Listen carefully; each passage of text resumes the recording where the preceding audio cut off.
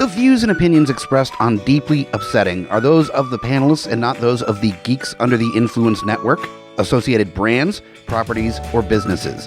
Listener discretion is advised. Please keep your hands inside the ride at all times. Celebrity first date. Ooh. Harry Styles. Okay. Now, this is, I think, the first time we've done this for an episode. Mm-hmm. And basically, it starts from a conversation we've had a lot about, how do the celebrities fuck? Oh, wait, so it's a celebrity sex date. A little bit. It's more, it's built out from that. It's how they deal with a date. Okay. How they're going to treat you on the date. Are they, thoughtful? Are they dismissive? And then leading up to the sex. Which, because anybody going on a date with Harry Styles, if they have the opportunity to fuck Harry Styles, they're gonna. So I don't think he's going to. You don't think he's going to? I really do not. And that's part of the conversation. So how do you think this is going? Here's how I feel about Harry Styles. Here's my backstory on the whole situation. Because you're really not that well versed in Harry Styles as a culture. It is definitely a little bit past my generational marker, I would say. I mean, honestly, I'm on the cusp for sure. But I never really got into One Direction and I never really got into Harry Styles. I just understand the Harry Styles culture of it all because I did, in fact, get into TikTok.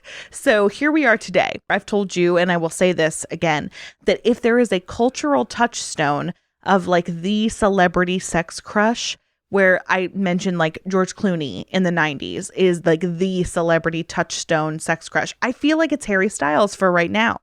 I really, really do, because it seems like it's ageless, it's genderless, it's raceless. Everybody fucking lives for Harry Styles. I am not super into him sexually, but I understand it and I respect it completely. Totally great. Love it. Mm-hmm. Anywho, if I were to go on a date with Harry Styles, the point of this whole thing, I think Harry Styles would take you to a restaurant that is understated, but not hipstery. I think he would take you to a lovely restaurant that you're like, how did I never find this? And he's weird and coy and mysterious about it. And you're like, okay, well, great. It was the best food I've ever had. And somehow everyone knew you, but nobody was weird about the fact that you're a celebrity. Nobody comes up to you to take a picture. It's very cool. You don't understand what's going on. Great date. It's like a restaurant that a kid that he was best friends with in high school, his parents own it. And so he's been around for forever. So all the regulars know him. So they don't make it a big deal when he's visiting And he also has a weird, deified presence where I feel if somebody was oh my God, that's Harry Styles, I'm going to take a picture. He could just give him a wave of the finger and they would be not right now. He's busy. He's doing other things. So he's a Jedi. He's actually a Jedi, I think. Yeah. I believe it. With his little nail polished fingers with his new nail polish company that just came out. Very exciting. Very cool. I think that it would just be a very low key date. You would almost forget that you were there with a celebrity and you would just feel you were there with a very, very woke cisgender male, which is already in itself incredible and shocking and unbelievable. And then I think you would invite him back to your place and he would accept and you'd be time to fuck. And then he would just be actually, I see that you have a nice bar here. Can I make you my signature drink? And you would not see what he did, but he made something incredible with your own ingredients that doesn't taste anything like the ingredients and it blows your mind. And then you're okay, now we're going to fuck. And then he would be this was actually very wonderful. And you would have an intimate time. And then he would leave respectfully because you got a little drunk off of the signature cocktail. And he would be very sweet and go. And not want to take advantage of the situation. No. Mm-mm.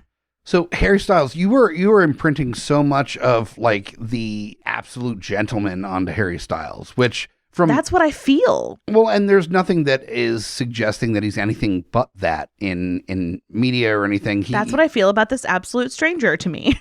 I feel very, very confident saying that I think that he is a gentleman. Yes. I just love the idea that you roll into some nothing Italian joint and he's the arancini balls are really good here. Oh, fuck yeah. And you're I'm yes, ordering arancini. Absolutely. And they're incredible. They're the best you've ever tasted. And then the most interaction you get is that the mother that is co-owner of the restaurant that doesn't really do much anymore, but she's like in just like checking on her sons that now run the restaurant, come in and it's like, Harry, my boy, I haven't seen you in a while. And like they give a big hug, and it's this like friendly kind of thing where it's not like a fine dining thing where it's, oh, my rich and famous friend, I'm gonna like give you. It's more of like a family kind of deal, and they love him because they're not the biggest be all end all, but they also do know that's like a secret great restaurant. But it's also like, you did not grow up around here. You did not grow up with these people. How did they have that kind of bond with you at this point? Yeah. Very mysterious. And it could be that like he ended up talking to them the first time he came in, and it just became his joint because they're fucking great or something, or, you know, who knows? I feel that. So I'm frustrated by this. Why? What did you think I was going to say? No. It's not that you said anything wrong. I think it's that this is what every like non-toxic male wants to be, is like cool as a cucumber on the first date. Super chill, funny, like insightful, knows the mom that it like co-owns the little dive Italian restaurant, like all these really cool points that it's not hipster, it's not famous play bullshit. It's this nice, even keel, just like good person that everybody likes, but isn't like overtaken by knowing everybody in the restaurant that they're just, you end up hanging out with 3/4 of the fucking restaurant by the end of it. Right. You know? Exactly. I don't know. I think the thing about him, and this is going to sound like I actually know a lot about him or care a lot about him, which I actually don't. I just get a very good vibe from him. But for someone that I care not that much about, if I found out that he was a piece of shit, I would actually be devastated, because he like plays with gender and he's very open and he seems like a fucking cool person. So if I found out that he wasn't that, I feel like it actually would actively hurt my feelings. Okay, no, which is so irrational as an adult woman for me. I have to throw in just an additional, because now I'm curious. Okay. That you're definitely going on a second date with this man, because if you didn't, clearly. If you didn't, like, what the fuck? Yeah. And if he didn't ask me on a second date, I wouldn't recover. I would never recover. So let's say second or third date. Let's say you move to the third date. Second the fuck date? The fuck date. We talked about this on a different episode. That is, in fact, third date is the fuck date. That you have a connection with him. He has a connection with you. You have kind of rooted through all of the things that might prevent get down time from happening. Not get down time. Get down time. I don't think we call it that. On this date, it's 12:45 is get down time. And you've set your watches to it, where they go off at the same time. It's like, doesn't matter. You're I'm talking at the about club. my trauma. It's like, I guess we got to fuck in front of all these people because it's get down time, and we didn't realize that. I'm somehow crying about my daddy issues, so it's like, well, time to fuck. Cool. Not all right. Well, I mean, the stopwatch wants what it wants. So fate is a player. Let's say you're on third date and it's get down time, and you're about to bed a Harry Styles. How does this man make love? I feel like it's fully making love, exactly like you just said. I don't feel like it's a fuck date. I don't know why I get that vibe at all, but I do feel like it's a very sensual thing. Like, he's kind of like, okay, I went on a first date with this guy once, and after the first date, turns out the first date was the fuck date. I didn't even see that coming, but you know, so it goes sometimes when you're playing the Tinder game. Yeah. And he told me on this date, and I still fucked him, that I love that. You're even prefacing it's like, what he said is bad, but still ended up. It's like a weird red flag where you're like, all right, you're a little too big for your britches here, my friend. He said that he had read a book about going down on women. No. And so he was like an expert at it and like knew how to do it the good way. That's like the I know a black friend of cunnilingus. Yes, like it's like I read a book, so I definitely know how to. He said it actually to my clitoris. He directed it towards it. I'm gonna tell you right now, C+. But I do feel like Harry Styles those has that can't read... teach. Yeah, exactly. they know the literature. He should write the book. Yeah. He actually did write it. He just was like, I read it. How does that play? I mean, never mind. I wrote it. I'll bring this in later for when you're not in the mood or whatever. You got to trace the alphabet on the. No, that's what you're told in fucking high school by your dumb friend that's never touched a woman. Yeah, It's the remedial cunnilingus book. But I feel it's like the paint Harry by Styles, numbers. yeah. Cunnilingus. If he had said that he read a book, I feel like he would admit that to me very later on, like when we're fully intimate at this point. We're like taking a stroll in autumn, and he's just like letting me know embarrassing. I like it's like March, Yeah. and it just turns into autumn. Well, so we're it's in a perfect. relationship at this point. Okay. And he tells me like sheepishly that he read a book like that. And I'm like, you know what? Good for you. That's great. That's really, really great. Like you learned some stuff, But if you're saying it on a first date, As the brag, you're trying to being like, I had no natural like idea of how to Yep. do this just by Yep. reading the room, Mhm. but I read literature on And this. also like before anything. It's not even like after being like braggadocio, being like, yeah, saw that you enjoyed that. Here's why. It was before. You're telling me that you're a fucking scholar of this game, and then you're going to show me your goods, and it's like not that great? My guy, it's embarrassing. That's amazing. I've read a lot on a lot. That doesn't mean I'm a specialist on any of it. Have you read a lot about cunnilingus? I've read some on cunnilingus. And you didn't lead with this? I feel like it's that like when you're going for a job interview, it's experience versus education. Yep. And then there's certain jobs that the experience is more important than the education.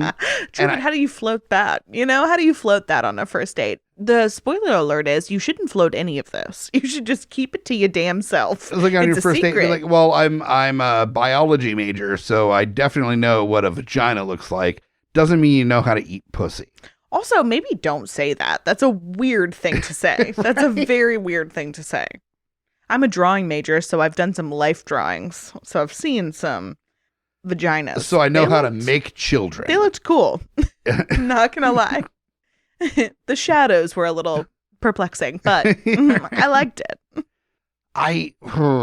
There is no point where bringing up that you've read on the act of any kind of sexual thing. No. It should be a turn on or suggesting that you're good at anything. Oh, definitely not. Yeah. Definitely not. I've read a lot about baseball. Doesn't make me a better baseball player. You know, Very true.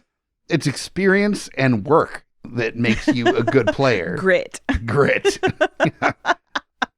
You know, you don't get from a book grit. And that book learning don't give you no grit. People put the work in that matters around here. This is the Wild West. See, that's what I should have said to Yeah. this man. But instead, I just subjected myself to find out what the book learning was able to provide. And the answer is, where in the meantime, Harry Styles definitely has done some book reading, but is smart enough to incorporate that into real life experience at the same time. I do believe so, yes. Yeah. Again, this is really going to make it seem like I'm much more in depth with Harry Styles' life. But honestly, anyone who's like an actual fan of Harry Styles is like, this bitch doesn't know anything. And you are correct, sir or ma'am, or they. You are correct. Because I don't know anything. This is just strictly based on vibes. Vibes alone. Just vibes. Vibes alone. Well, in that case, it sounds like anybody that has the opportunity to go on a date with Harry Styles, even if it doesn't get to third date, which is, you know, we all know The fuck date. The fuck date. Yeah. You're at least going to have a very good first date. Oh, definitely. Yeah. To the point where if you don't get a second date, you are ruined for life. Like you don't get to experience the world like other people do anymore. Color is God, the more what muted. would have been Yeah. painful. You're going to be in your 80s being like, this one time I went on a date with Harry Styles and nothing was ever the same after that. I settled for your grandfather just because he made a good wage, but he never handled me sexually the way that I know that Harry Styles would have. He looked like he had book reading and experience on his back. That man had grit. He had grit. I feel like no matter what, whether you only make it to a first date or you break up like 3 years later, I feel like that man would know you to your soul well enough that no matter what, it's going to be deeply upsetting.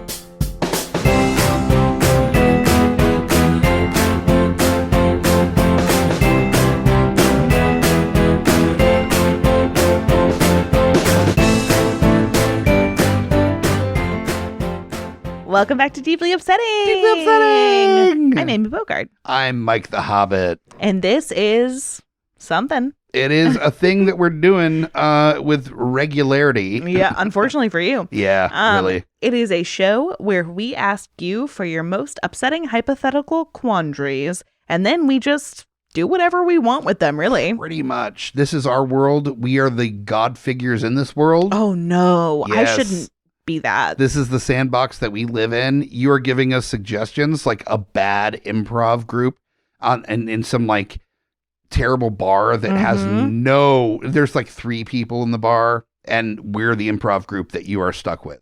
Basically, yeah. We're like open mic night, but nobody else signed up. Give me a place. We got drug den. Okay, cool. Drug den. Give me a career. We've got guy that devenomizes cobras. Cool. I got a lot for that. Okay, that audience is clearly more clever than us and more creative, so they should just get on stage and we should sit down. If you're thinking about a guy who devenomizes cobras, you're better than me, and I accept it, and I love it, honestly. Fair. Good for you. If that's who we should just get to sit in and cover for us one week. Somebody more creative than us? Yeah, they literally should take over the that's show. his job. And we should abscond from humanity. I think that's the key here. That's going to be our 100th episode, is that we just abscond from humanity. Leave. Like we just leave mid-episode, and then it's just dead air for the second 30 minutes of the episode. Nobody was listening anyway. No, it's like happy 100. You get dead air for the second half, and then never to be seen again. That would be fucking cool. That would actually be really cool. That is like the podcast version of a mic drop, where it's just a mic not. Just not. God, how many episodes are we even at this point? I should know this, but I don't. We're close to 40 at this point. We've got a long way to go before we get to abscond. We've got a lot more dumb shit to do. That's hurtful to me. Yeah. Which, if you want to hear our dumb shit, GUIpodcast.com is where you get it. There's a lot of dumb shit on there, actually. Not even just our dumb shit. Yeah. Other people's dumb shit. Other people's dumb shit, yeah. Yeah, if you like this, then you'll really like that, because there's some dumb shit all around. If you want to bring your questions to the game. Please. We're always looking for new questions. Go to GUIpodcast.com and look us up, or geeksundertheinfluence@gmail.com with deeply upsetting in the subject line. Or if you're a glutton for punishment and you still have Facebook, you could go to our Deeply Upsetting page and ask us questions there. You might actually be able to interact with us that way. Mm-hmm. Or there's another option. Mm-hmm. And I've heard that it's kind of sexy. It can be. It's a place. Your choice, Susan. If you got some big old sloppy Susan titties, then why not dump them out and send a sexy text to our hotline number. Hell yeah. 804-505-4484. That's 804-505-4-GUI. GUI. Yeah. Susan. Get it, Susan. Ask us your questions. One day someone named Susan will ask us a question, and that's when we get to abscond before it's 100. That's when I know we make it, where we have enough visibility that we get a sexy Susan that just starts sending us like titty pics on a regular basis. Then I'm good. Yeah. At that point. Susan, there's no age range. We love it. If you're 65, we want to see those old ass titties. We love it. There is an age range. No. literally 18. Like, okay. Yeah. Like, whoa. Yeah. Okay. Yeah. On the bottom end of things. Like we want age appropriate. 18 plus. Yeah. Thank you for checking me on that. That is how you get canceled, my friends. Very clear on that. Yeah. Yes. Yeah. Great call. Honestly, if you're younger than like 26, just don't. You send us questions, links, all the stuff, but like when you turn 26, then send the titty pictures. So is like that your age that you would like at this point in your life, at the ripe old age that I know you are? Is that the youngest that you would have sex with? No. No. It's way older than that. Really? Yeah. What's the oldest? It's got to be 30s. 30s? Like, I mean, literally, I think you are at the precipice of that age. I'm a young 30. You are hanging on for dear life on the razor's edge of where. How can I fall off? Are you going to change your age range soon? No, I'm saying is that like you barely made it. Is that young? Whew. It's only because of your intelligence, your insight, your humor, your empathetic nature that you come off as a fully realized and intelligent and mature person. Oh, thank you. That's from my trauma. Yay, trauma. Yay, trauma. You can, in fact, be on the razor's edge of somebody wanting to fuck you. Yeah. Who's older? Thanks, trauma. Yeah. Thanks to trauma, I get to date older men. I mean, could that be the most accurate ad for dating older men I've ever heard in my life? No, we're digging into some stuff I was not planning on this episode. Holy shit. This episode's called Daddy Issues. Yeah. We're going to get into it. Cool. Just kidding, everyone.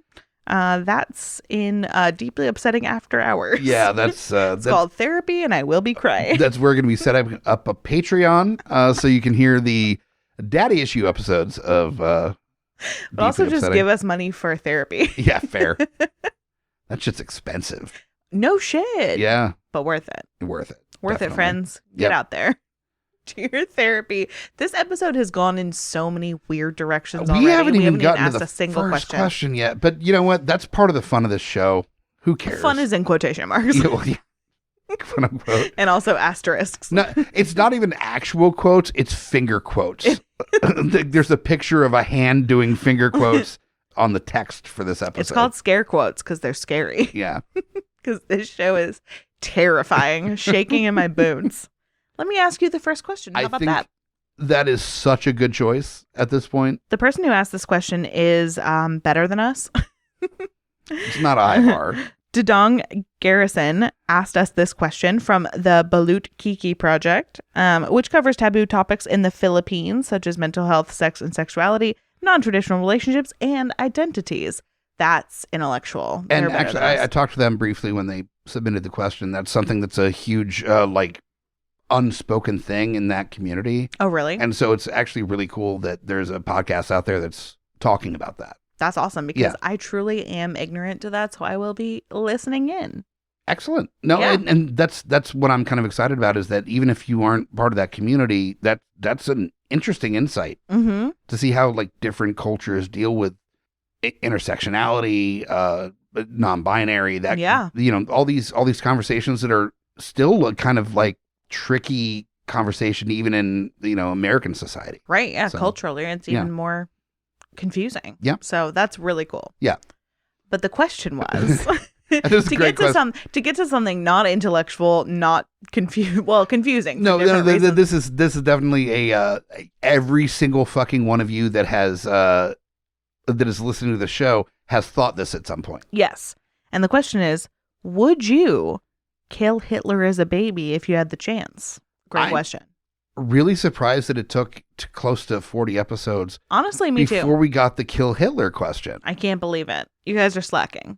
Because there's at least one episode about this with Doctor Who. I mean, they talk about it in Marvel. Like, if you had a chance to like kill Hitler, it's Hitler.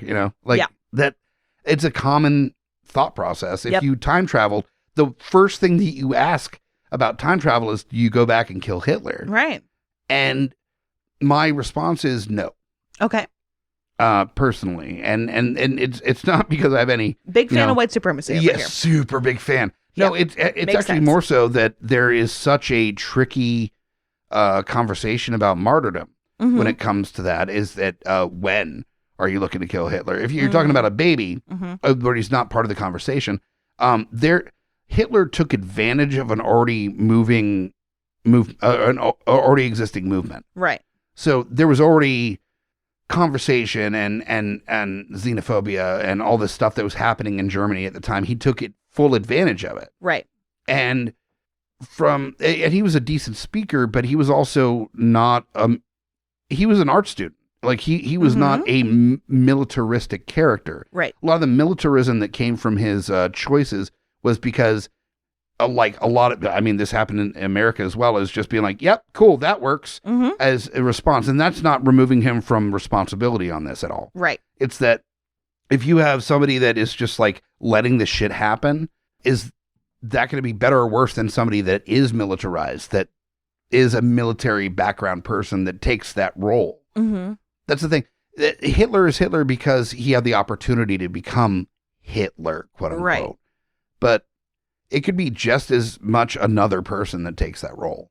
Very true. Yeah. That's like if there wasn't Ronald McDonald, there'd be another clown that would be the McDonald's representative. Very similar and a great, metaphor for sure. Yeah. The for same sure. thing. Yeah.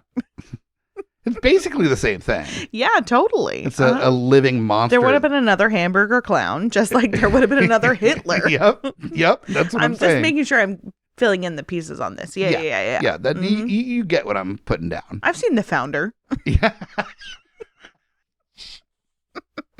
It's all about how it's The Founder is basically like the movie The Joker. It's the origin stories of Ronald McDonald, where he had a lot of like really serious like mental health issues that is not part of the joke. Right.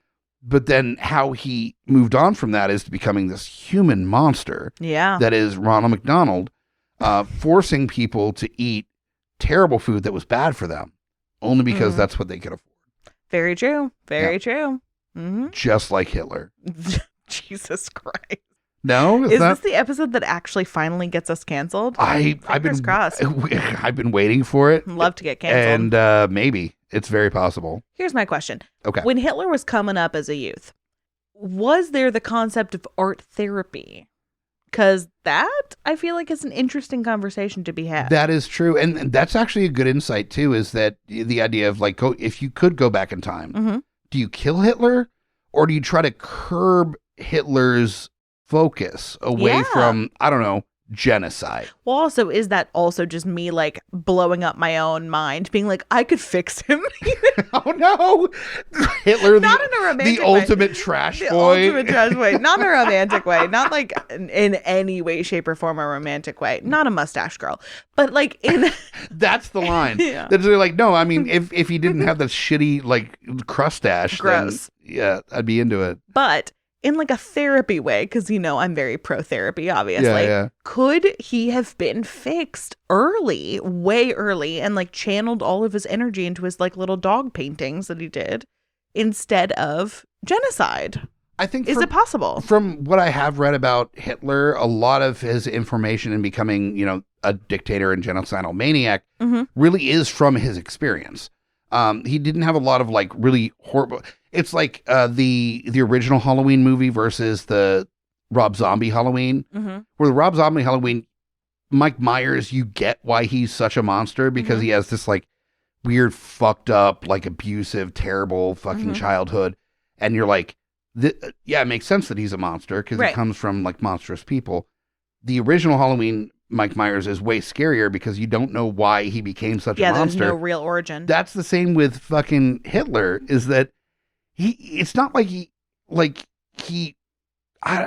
his family was beaten to death by Jews and that's why he hates the Jews or anything. No, he was an art school kid that probably got picked on and stuff, but like nothing any bigger than anybody else has had to deal with. If he would have shaved, it would have been fine. Yeah, it was fine. Yeah, maybe that's why he had this weird issue with his mustache.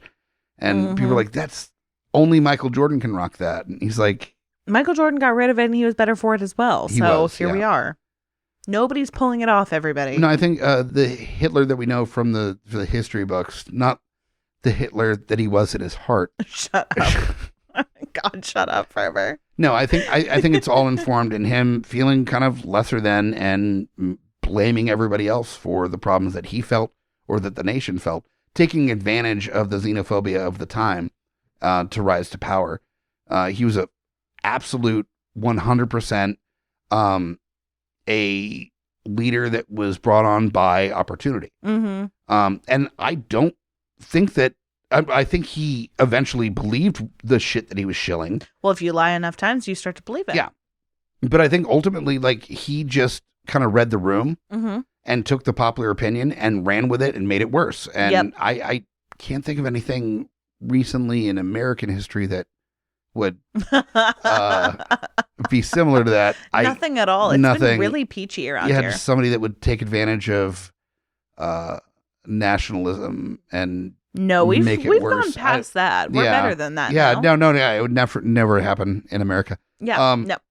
So, yeah, I think there is an opportunity to curb that. But Let me ask you a quick question. Just a quick cue on this. Okay. Totally separate, really. Okay. But only because I know that this is a lot of people's answer.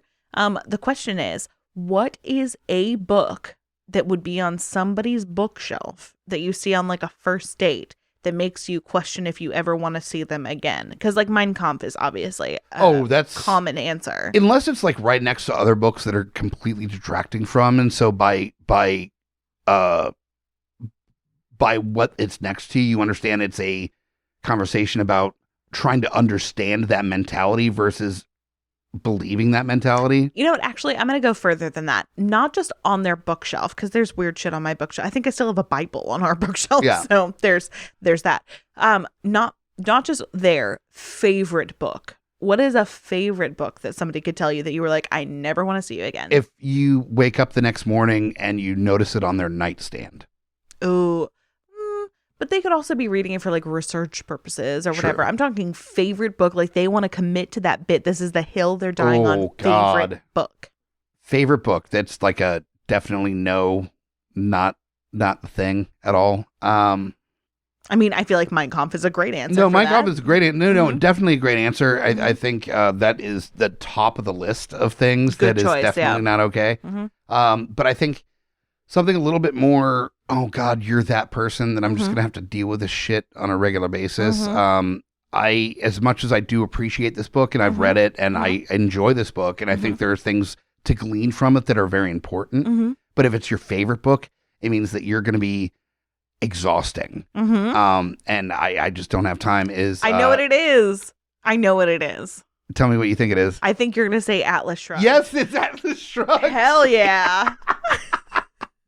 I knew it. Look, it's a great book, and it's not that I dislike the book. I have it. It's on my bookshelf. There's a lot of problems. There's a lot of problems with that book, and the people that take it to heart to like an intense degree, there's this weird black and white that comes from that book that I just don't get. Yeah, totally. I mean, it's not well, fuck the Bible too, but like, it's not a Bible. Like, it's not. People do see it as a Bible, It's though. kind of, in a way, treated that way, and I don't appreciate that at all. So if somebody, in this version that you're talking about, that it's like the, beholden book that they've read 18 times or something. I've gone on a date with that person. Yeah. Good news, everybody. Did not fuck them. Good. Just because everyone was questioning my taste. Was he an architect? Oh man, it's been a long time. I don't think so, but also let me get back to you on that Okay. one. I don't think so. I don't think so. Fair. Because architects are sexy, like, nonetheless. And so I feel like if they told me that was their favorite book, I might be like, oh, this is tough, Yeah, because architect, you get a little bit more of a pass on having Atlas Shrugged than other jobs. Like if you're a chef or an artist, or even artist gets a little bit more play on that too. But because it talks about like the intense nature of man in a way. I don't know. I mean, I still wouldn't want to date them, but the question is, would I have had sex with them? Which is maybe. So that's why I think that it was a no. And pretty sure they were just instead like of an indecent office worker. proposal where it's just like money that they're having sex on top of, it's just like blueprints on the bed. Hell yeah. Fucking on blueprints. Wasn't Mr. Brady an architect in the Brady Bunch? I think so. Is that where my thing Maybe. came from? I think you got some like Zaddy issues there. With, I mean, where to begin? Truly. Look, let's fuck on this blueprint of the new McDonald's down the street that you're building. Like, it's not even like skyscrapers, anything important. It's like literally like the new movie theater, the McDonald's down the street. There's a fucking like medical lab that they're building. It's a patient first. Patient first that they're building. I'm like, you're so important. It's so important. Oh my God. Oh my God.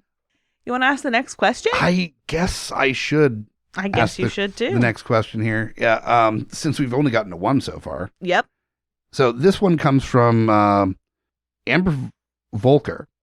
And the question is, if you could switch sounds an animal makes with another, which would you switch? Oh, man. I feel like I can tell you right off the bat that even for temporarily, I would love to switch human language with cats because I want to hear about it.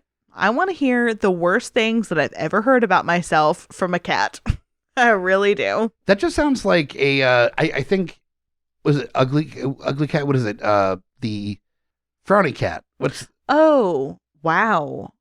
Grumpy Cat. Grumpy Cat. Jesus Yeah, Christ. It took me a minute. I think there was actually a Lifetime movie or something that Grumpy Cat was voiced by Aubrey Plaza, where Grumpy Cat Fully just tracks. like told people about themselves with some As they sass. should. With some sass. Mm-hmm. Yeah. So wouldn't you love to hear it though? I feel like a cat would really put you in your place if you could understand them for a day. no, I don't think it's like helpful insight that a cat's going to give. It's going to be incredibly selfish insight that the cat's going to give. It's going to be like, hey, why do I have to wait for you to fill my dish to eat? Like that's Good question. That's so shitty. Like I should be able to make that determination. You're like, okay, here you go. And they're like, okay, well, I've ate the 3 bits on the top. This is all stale now. Can you maybe put more food on my dish? And you're like, there's still plenty of food. It's like, So yeah, just but it's high old now. maintenance shit. Just the highest maintenance partner that you can think of that you've had in your life, listeners, and think about that being exaggerated by like 300%. And that's what you're going to have to deal with a literal human voiced cat partner of it being I the wasn't worst. saying partner. Well, not you're not fucking the cat, but I mean, like, God. like No. your pet that is talking to you is going to be just the highest maintenance possible. Mm-hmm. But I want to know. I feel like I can handle it. I need to know. What kind of judgmental shit? Yeah. Mm-hmm. Damn. What do you think? I might be seen as the biggest monster that's ever existed if I was able to like Always. wave my hand and make this happen. But if I could make a parrot's voice and put it in all rats. Wow. Just because like they mimic human speech. So for me, it would be very helpful for exterminators where Very true. it'd be like, I hope there's no rats here. And then you just hear like 40 voices from the walls be like, I hope there's no rats here. Great parrot impression. But also like you're living in a fucking like shitty apartment in bad part of town. You're doing your best. You're making a living. You're living paycheck to paycheck. You're a decent person. You're living your life. You start dating somebody. It's getting serious. You take them home, and then you start like fucking. And then the rats in the wall start hearing the same sounds that they've heard before with your ex that like ruined your fucking life. And then they start being like, Susan, Susan, Susan. Just screaming from the walls. Well, now Susan's never going to write in because she thinks you have a fetish for her. Look what you did. She's not wrong. Shit. Susan. Susan. You're a homewrecker, Susan. Susie Homewrecker. Yep. That's amazing, actually. But could you imagine that there'd just be this like haunting, like fucking chorus from the walls that of just terrifying. repeating anything that you said? Like, I think about the number of people that think that their houses are haunted and how big that number would jump if you just had rats that were able to repeat things they heard. Very true. Like a parrot would. Yep. It would be the most like horrifying existence ever. People living in the boroughs of the like lower income areas of New York City would just be you'd never sleep. You would never sleep. They would be everywhere. Could you imagine? Like, you would say something and like offhand enough times that you wouldn't even think about it, being like, God, I need a new job. And then you'd get off of work and then not even saying it yourself, you would just hear from the walls like, God, I need a new job. Just like happening in the distance. In the parrot voice, which is the worst. Yeah, just from the walls. The worst. Like your house is speaking to you. Honestly, I would be down for that just because I am not a bird person. Birds freak me out. I don't like it. I'd be much more likely to have a fucking rat pet than a parrot. So, and also I feel like if I was ever lonely, I'd like a pet that talked back to me. So a rat that talked back would be much better than a fucking bird. That's Creepy true. as shit. I like the silver lining that you're bringing to this, where Always. there's like the housebound people, the people that have like an issue leaving the house, Mhm. they would feel, especially ones in rundown houses and apartments, Mhm. they would feel like they had some kind of Yeah. like community. Well, also rats are like domesticated. There are plenty of people who have rat pets. Sure, I've had rat pets. I know. And I am a big supporter of rat petdom. I know. If you have not had the opportunity to have a rat as a pet, they are some of the sweetest pets that you could ever have. They are incredibly smart. The trick with them is that you've got to handle them regularly. You can't just like once a week play with your rat. Like you've got to have contact with them every day. They have to remember, like they need human contact in order to maintain as a pet. I'm really enjoying this PSA in the middle of this stupid ass episode because I'm sorry, literally I picturing in the arms of the angels. As you're like, guys, take care of your rat, which is a very worthy cause, and Sarah McLachlan would be proud. I've had 3 rat pets over my years, and all 3, well, no, 2 of the 3 were great. One was a piece of shit. Call him out. Born bad. Call him out. Yeah. What's his name? Sadie. Fuck you, Sadie. Yeah. Oh, it was a girl rat? Is a girl rat. Fuck you, Sadie. I had 2 hairless female rats named Sadie and Leukemia. They were named that before I got them. And Leukemia was a sweetheart, but very like standoffish. Did you just call her Lou or anything, or did you fully call her leukemia? Luke. Luke. I Okay, called her that's Luke, cute. yeah. That's cute. So she was a sweetheart. She would shiver in my hand for a little bit. And then once she realized that it was safe and I was like petting her and everything, she would settle down after a couple minutes and be totally fine. And I'd be able to like love on her and stuff. And she was great. Sadie was a piece of shit. The whole time. I was able to handle Sadie to a degree, but there was a point where just like a cat, where if you pet its belly, it's going to scratch you. With Sadie, there was a point where she's like, I'm done being handled, and would just bite the shit out of me. Wow. So I oftentimes handled her limited because I didn't want to get to the point of, Fair enough. of the bite, and bit several of my friends. Sadie murdered her sister. Wow, really? Yep. Murdered Luke. And then, and I swear to you, this was not intentional. The trash bag was too close to the cage. And like the day after she killed her sister, she got a hold of the trash bag that was hanging outside of the trash can and suffocated and died. Wait, how did she kill her sister though? She like attacked her and like fucking like killed her. Like Oh full my on. God. Like, yeah. I wasn't there for the event, but it was clear that it was done by. There was just like a rat carcass? Yeah, there was a dead rat with like Holy a lot of fuck. like bite and scratch marks on it. Because Oh my God. hairless rat, so I was able to see a lot of Right. damage. Yeah. You and I didn't mean this episode to go so dark. Well, no, you and I have been through similar trauma. Mine was when I was a child, and I had a single mom, and so we weren't allowed to have like a lot of pets because we didn't have, a lot of time to take care of them or anything. But I was allowed to have fish, and so when I was allowed to have fish, I was like 4, I think, and so I named my fish Snow White and Prince Charming, Of course. as one does. Yeah. And Snow White was a little fucking bitch, and she used to eat all the food, and Prince Charming was like sweet and like masochistic, so he just like let her have whatever, subservient. It's like, oh, clearly you're hungry. You know what? I don't need to eat. You know what? I've Pretty been much. meaning to lose pounds anyway. So why don't you just have my portion? So she ate all the food forever, and he was just like withering away, and we tried to like feed him separately and stuff, didn't work out. And then one day we came home and watched her eat him, Yeah. and it was brutal. I wasn't ready for that part of the animal kingdom. Hey, baby, it's a wild world. Yeah. Truly. So my first rat was Nicodemus, and he lived to almost 6, which is like almost double the age that rats normally get. Like, Wow. He lived a long and healthy life, and he was a huge rat by the time he was done. And he was a sweetheart.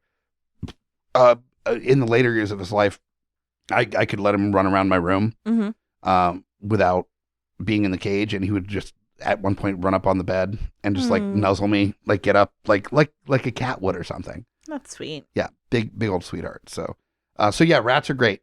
That being said, Except Sadie. I bitch. don't know if I would have the same feelings about rats if they had parrot talk involved with them, because that'd be a lot. I don't know. I feel like I would like it because I think it would be funny. Because I also think that I'm funny, unfortunately, hence this show. And so I think that if a rat said things that I said, I think I would just be like tickled forever about it. No, it'd be funny unless it's like completely inappropriate for the time. Well, that's everything I say normally. No, but it's like, I've got hemorrhoids, and then like you have like a date over and you're like drinking red wine and it's like really sweet. And you've got like some really like soft, like romantic music playing in the background. My rat just exposes me for something I wasn't ready to share about my hemorrhoids journey. Like, why can't I meet a nice man? And you're like, no, I fucking ratty. If it was a pet rat, that would be trickier. If it was just like a rat that lived in the walls, then I could be like, my neighbor is lonely. She's having a hard time. I'm thriving, by the way. The worst part too is that like if it's a pet rat, it's in your area. Yeah. But rats like city rats that are living in the walls or living around your area, they're going to be picking up on stuff that other people say and bringing it into your area. That's why I could just play it off by being like, you know how the rats are. They just like expose everyone's business, and that's my neighbor's business. Yeah, but that means that there's also your neighbor's business that might end up in your, like, legitimately in your area where you're trying to go to sleep and then you just hear a rat from the wall being like, poop in my mouth. Oh, no. Just the weirdest shit, the most private stuff that people say in their homes that are just going to be brought to you. And you don't know where it's coming from. So you don't know if it's like That would be the hardest part for me because I love the tea. So I think that would be the trickiest part, is if a rat said something like that, being like, who was it? Bring it back to me with information. Tell me what's going on in my building. I'm just thinking of that new show that's on Hulu, the Only Murders in the Building. Only Murders in the Building. But it's literally just that cast, which is like Steve Martin, Selena Gomez, and Martin Short. Martin Short. That instead of them trying to solve a murder, they're trying to figure out what apartments the rats are mimicking. Where it's like, who's into the weird shit play? I would watch it. I would watch it. That is my type of shit. That is totally that vibe. When is that show being made? Who's brave enough among us to make it? It's like, which apartment has the like hyper passive aggressive husband? Because it's just like, well, I guess I'm going to shut my mouth because everything I say is wrong. You're like, okay, who's that? Who's that is, I mean. And I have one of those like boards with like the red string connecting everything where I'm like, well, Peter on floor 7 seems like a piece of shit. So it's probably him. But he also could have the poop fetish. Who knows, really? Well, they mimic voices, but they don't mimic it that well. So you're just like, no, that sounds like Steve. And you're like, it's not Steve. That sounds more like Paul. I feel like that's a recipe for me to go fully insane. I really do. Yeah. I don't feel like that would be healthy for me. Like I heard that there was this book that's a murder mystery, but to solve the mystery, you have to put the pages in the right order, and the pages are completely in the wrong order. So you have to figure out what the order is first, like a puzzle. Like a book puzzle? Mm-hmm. And then once you read them in order, which is hard to do apparently, then you can try and figure out who did it, but you'll never really know. I think that's if you put the book in the right order and then you read it aloud, it turns out it's Latin. And then the world ends. I think that's actually like the Necronomicon. Literally, I think 3 people have solved it. I was just hearing about this the other day for the first time. That's so mean. Mm-hmm. I hate that so much. I know. Like, I don't know why I actually like that gives me fucking chills. Okay. I don't like that at all. In that vein then, because I don't like it either. So did you ever read Choose Your Own Adventure? Yes. Did you have to go through every single ending to see what they were? Depending on the book. But I would say more often than not, I read all the different endings. I did too, to know if I got the short end of the stick. There were a couple that I got so far along. There was never a time that I actually made it all the way through in one read. I don't think anybody ever did. But I was a dork. I didn't have any friends, so I did. You in first read, you made it all the way to the end? Yeah. Really? Yeah. Wow. You're maybe the first person I've ever talked to that made it all the way through. I had time in on my first read. hands, my guy. I had literally not a friend to be seen. No, it's not even about time on your hands. Is the like you reached a dead end, go back to page 46. No, there was one time that I got all the way through. I don't even remember which one it was. I wish I Wow. did. It was just once though, and I read a Wow. shit ton of them. You should put that on your resume. I know, right? If I remembered which book it was, I think I would. But I can't remember which one it was. Honestly, if I was a person like reading resumes and went through a choose your own adventure and made it to the end in one go as like a thing that you've done, like accomplishments. I think I celebrated it to my family and they were like, whatever. Kind of like when I completed like whatever Mario it was. Like I finished. It was on my Game Boy. I finished all of the Marios. So I like finished every single level and I was like, holy fuck. And then nobody in my family gave a shit. And I was like, this is the most important thing I've ever done. And nobody cares. I think it was a similar situation with the Choose Your Own Adventure going all the way through. Yeah, the Choose Your Own Adventures, there were a couple books that I got like right to the end. Mm-hmm. And I went, you know what? Like, I feel like it would be almost like belittling how far I got by reading the actual conclusion. I understand that. I feel like all the ones that I didn't get all the way to the end, then I felt good because I only got like halfway through and then I would just read all the endings.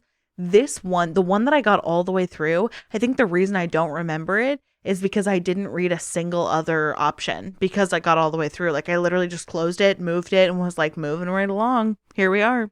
And I had nobody to talk about it with because, again, no friends.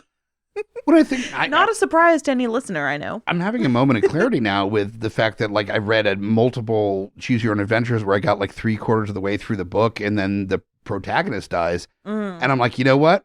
That's a pretty good ending. I don't want to ruin that ending by That's like fair. reading the real conclusion. That's fair. And then later I realized how much I like a really depressing ending in movies. And maybe it's because I read enough Choose Your Own Adventures where I didn't read the actual ending. The happy ending. That I was comfortable with, you know, the spinning top spinning at the end of the thing, you know, like that it wasn't happy, that it was like kind of fucked up and sad. Not to be like too real on this episode, but this episode is kind of real. But I think that might actually be depression.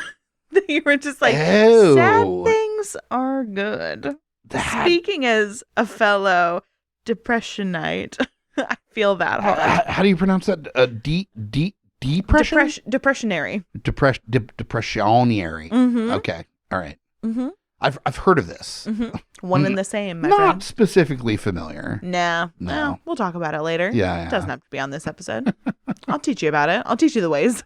Let's be honest. Anybody listening to any of these shows goes like, these are depressed people that that deal with it through humor.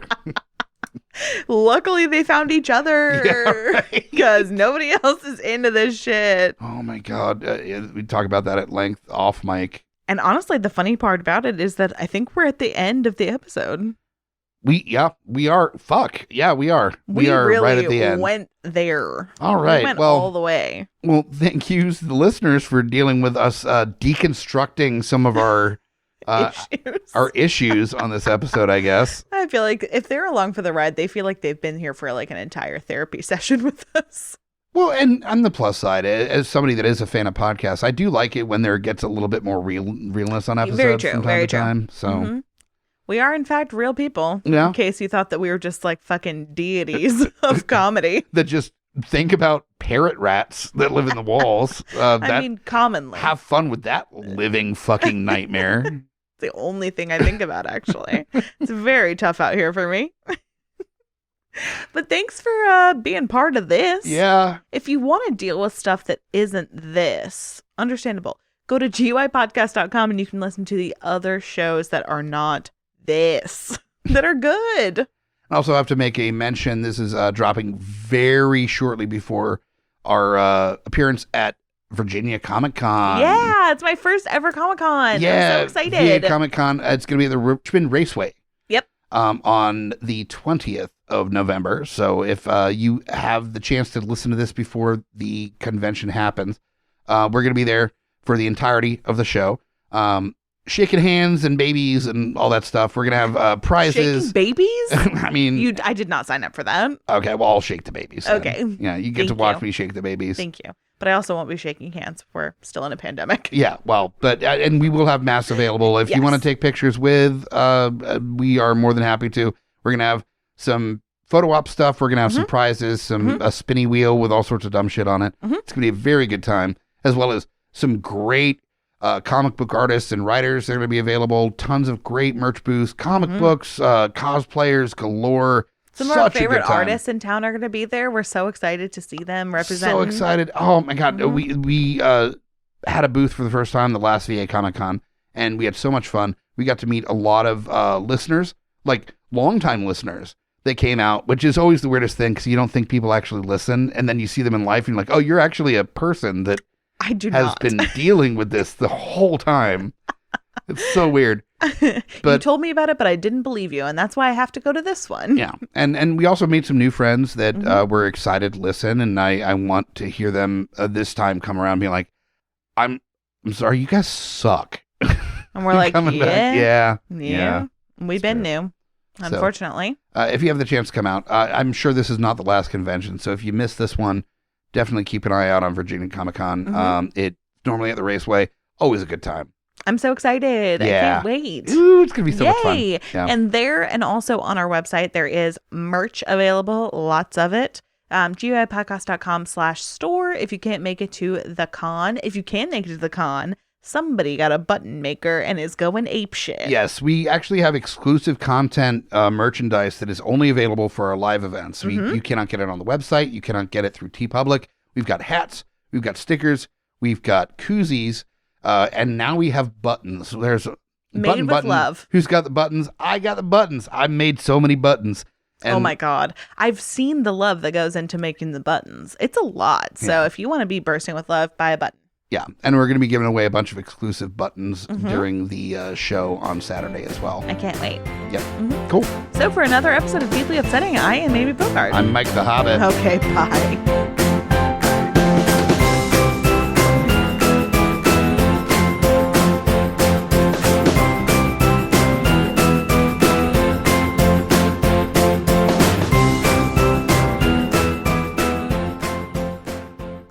GUIPodcast.com